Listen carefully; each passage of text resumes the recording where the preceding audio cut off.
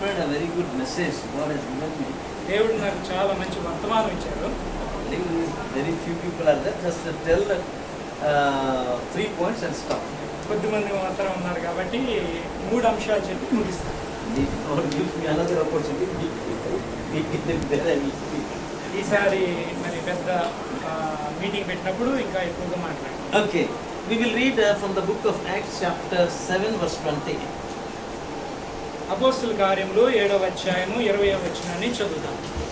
At this time Moses was born and was well pleasing to God, and he was brought up in his father's house for 3 months. ఆ కాలమందు మోషే పుట్టెను. అతడు దివ్య సుందరుడై తన తండ్రి యొక్క 3 నెలలు పెంచబడెను. Okay. Actually, if we look into the Bible, birthday celebration, okay, only in 2-3 occasions we see. బైబిల్లో మనం బర్త్డే ఈ పుట్టినరోజు పండుగల గురించి మనం చూసినట్టయితే 2-3 చోట్ల చూడవచ్చు. But those celebrations were not ended with happy. Happiness. మరి అవి సంతోషకరంగా ముగింపబడ్డాయి. Okay, in Old Testament and in New Testament also, okay, when birthday was celebrated, that cost life. మరి పాత నిబంధనలో కానీ కొత్త నిబంధనలో కానీ ఈ యొక్క పుట్టినరోజు పండుగలు జరుపుకున్నప్పుడు అవి మరి జీవితాన్ని త్యాగం చేయవలసిన పరిస్థితి. That's why Jesus' birthday also was not celebrated. మరి యేసుక్రీస్తు యొక్క పుట్టినరోజు కూడా పండుగ జరపలేదు. It is celebrated as Christmas. అది క్రిస్మస్ గా జరపబడింది. Christmas means a tribute to Christ. మరి క్రిస్మస్ అనగా క్రీస్తును ఆరాధించడం. Yes, so we don't celebrate birthday. మరి క్రీస్తు యొక్క మరి పుట్టినరోజును మనం ఆచరించాలి. Then why we celebrate by writing happy birthday?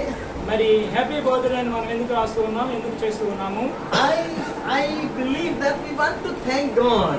నేను నమ్మేది ఏంటంటే మనం దేవునికి స్తుతించడానికి, ఆయనకి వందనాలు చెప్పడానికి. When it will be happy birthday? అప్పుడు అది సంతోషకరమైన పుట్టినరోజుగా ఉంటుంది. In the Bible, when the birthday was celebrated, it was not happy birthday. Bible గ్రంథంలో కొన్ని పుట్టినరోజులు జరిగాయి, అవి సంతోషకరంగా లేవు. It cost somebody's life. మరి వారి యొక్క జీవితాన్ని అవి కోరి ఉన్నాయి. For example, Herod's daughter, when celebrated, John the Baptist head was beheaded.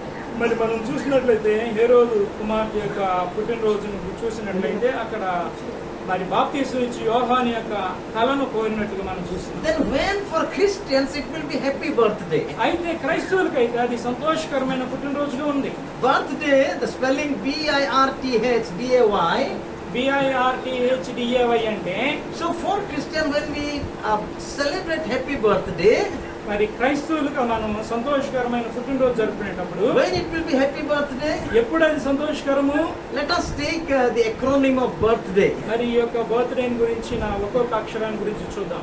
Be in right to him during another year. మరి బి అనేది ఏంటంటే ఇంకొక సంవత్సరం ఇచ్చేదిగా ఉన్నది. Please translate nicely. Be in right to him, into Christ or God, during another year. B అంటే You listen the sentence. Be in right to him during another year. మరి దీని యొక్క అర్థం ఏమిటంటే ఇంకొక సంవత్సరము ఈయనకు అనుగ్రహింపబడినట్లుగా మరి హక్కును ఇచ్చేది. ఈ వచ్చిన ఈ సంవత్సరంలో దేవుని సన్నిధిలో చక్కగా అంటే రైట్ గా ఉండండి అని అర్థం. మరి దీని యొక్క అర్థం ఏమిటంటే ఈ యొక్క సంవత్సరంలో దేవునికి గిమ్మంటే దేవునికి మరి రైట్ గా జీవించాలి, సరిగా జీవించాలి. For that just read only one verse, Deuteronomy. దాని కొరకు మరి 6:18 బైబిల్ గ్రంథంలో మనం చూద్దాము. ద్వితీయోపదేశకాండము 6:18 చూడండి. ద్వితీయోపదేశకాండము 6:18 నీకు మేలు కలిగినట్లు నీ ఎదుట నుండి నీ సమస్త శత్రువులను వెళ్ళగొట్టుదును. Is it 6:18? Yes, 6:18. Okay. Yes. Just in English, I'll just read it. Okay. It is written like this. And you shall do what is right and good in the sight of the Lord, that it may be well with you, and that you may go in and possess the good land of which the Lord showed to your fathers. That is the word 6:18. 6:18. Yeah. Is it Deuteronomy? Yes, yeah. Read it. 6:18. యెహోవా చెప్పిన ప్రకారము నీవు ప్రవేశించి దానిని స్వాధీనపరుచుకున్నట్లు నీవు యెహోవా దృష్టికి యథార్థముగా ఉత్తమంగా చేయవలెను. In the sight of God, you should do right. యెహోవా దృష్టికి నీవు యథార్థముగా చేయాలి. Then only it will be good with that person. అప్పుడు మరి సమస్తము కూడా నీకు మేలు జరుగుతుంది. Now, this message is not suitable for Ayant. మరి ఆయన చేయలేడు కనుక ఇది సూటబుల్ కాదు. But for all of us, when we celebrate birthday, I want to tell this one. కానీ మనందరం కూడా ఈ యొక్క బర్త్డే జరుపుకునేటప్పుడు మీకు చెప్పాలనుకుంటున్నాను. We need to be right to Him during another year. మరి ఇంకొక సంవత్సరము కూడా మనము దేవునితో సరిగా ఉండవాలి. Now, Ayant has entered another year. ఆయన్చు ఇప్పుడు ఇంకొక సంవత్సరంలో ప్రవేశించాడు. And it should be good with him. ఆయనతో అది మంచిగా ఉన్నది. He should do good.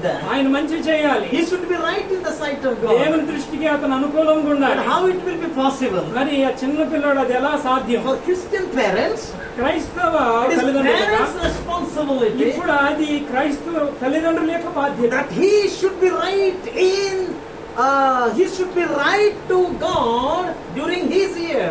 మరి ఈ యొక్క సంవత్సరము రాబోయే సంవత్సరం అంతా కూడా దేవుని దృష్టికి అయాన్షు మరి అనుకూలముగా రైట్ గా ఉండినట్లుగా తల్లిదండ్రులు చర్య తీసుకుంటారు. Then what they should do? వాళ్ళు ఏం చేయాలి? That it is train the child when he is young, so that when he becomes old, he will not go aside of that. మరి బాలుడు నడవలసిన త్రోవను వానికి నేర్పము, పెద్దవాడైనప్పుడు వాడు దానిలో నుండి తొలగిపో. So within 2 minutes I tell what the parents, as Christian parents, they should do to the child so that he will be in right to Christ during his another year. 2 నిమిషాల్లో నేను